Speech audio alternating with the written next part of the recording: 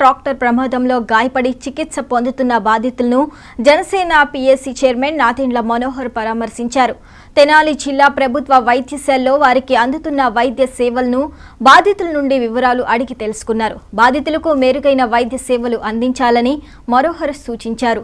ఇటువంటి ఘటనలు జరగటం దురదృష్టకరమని, వారు త్వరగా కోలుకోవాలని కోరుకున్నట్లు తెలిపారు.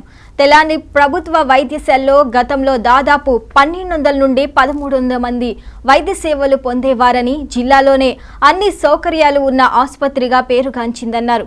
ప్రస్తుతం ఇదే ఆసుపత్రిలో దాదాపు 300 మంది నుండి 400 వరకు మాత్రమే వైద్య సేవలు పొందే పరిస్థితి ఉండటం దురదృష్టమన్నారు. తాము అధికారం చేపట్టిన వెంటనే పేదల ఆరోగ్యానికి భరోసాగా నిలుస్తూ వైద్య సేవలను మరింత మెరుగుపరుస్తామని హామీ ఇచ్చారు.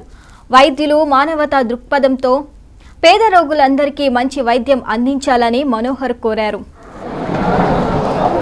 3 రోజుల క్రితం రేపల్లి ప్రాంతంలో జరిగిన ట్రాక్టర్ యాక్సిడెంట్లో తెనాలి నియోజకవర్గం దావులూరుపాలెం గ్రామంలో చాలామంది గ్రామస్తులు, మహిళలు ప్రత్యేకంగా యాక్సిడెంట్ గురవడం జరిగింది.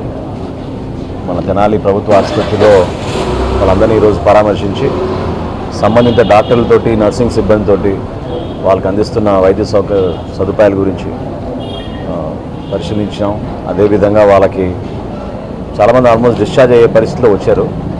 సో భవిష్యత్తులో వాళ్ళకి ఆరోగ్య సమస్యలు లేకుండా, అదేవిధంగా ఎవరికైతే ఆపరేషన్లు జరిగినా వాళ్ళందరికీ కూడా సరైన మెడికల్ అడ్వైస్ ఇచ్చేటట్టు డాక్టర్లకి, నర్సింగ్ సిబ్బందికి సూచనలు ఇవ్వడం జరిగింది. తెనాలి ప్రభుత్వ ఆసుపత్రిలో మెరుగైన వైద్య సేవలు అందించే ఒక మంచి ఆసుపత్రి అని పేరుంది. ఇంకా మెరుగ్గా, ఇంకా మంచి సౌకర్యాలు కల్పించే విధంగా, అన్ని డిపార్ట్మెంట్లు అందుబాటులో ఉండే విధంగా, ప్రతి ఒక్కరు కూడా ఈ ఆసుపత్రి చూసి గర్వపడే విధంగా మార్పులు తీసుకోవాల్సిన అవసరం ఉందని చాలా స్పష్టంగా నాకు అర్థమైంది. నేను నమ్మాను కూడా. అదేవిధంగా రాబోయే రోజుల్లో తప్పకుండా మరొకసారి అపూర్వ వైభవం వచ్చే విధంగా, ఇప్పుడు కేవలం 400 మంది ఓపీ వస్తున్నారు. ఒకప్పుడు 1300, 1200 మంది ఓపీ వచ్చేవాళ్ళు తెనాలి ఆసుపత్రికి. సో మనకున్న సౌకర్యాలు వేరే జిల్లాలో కూడా లేవు.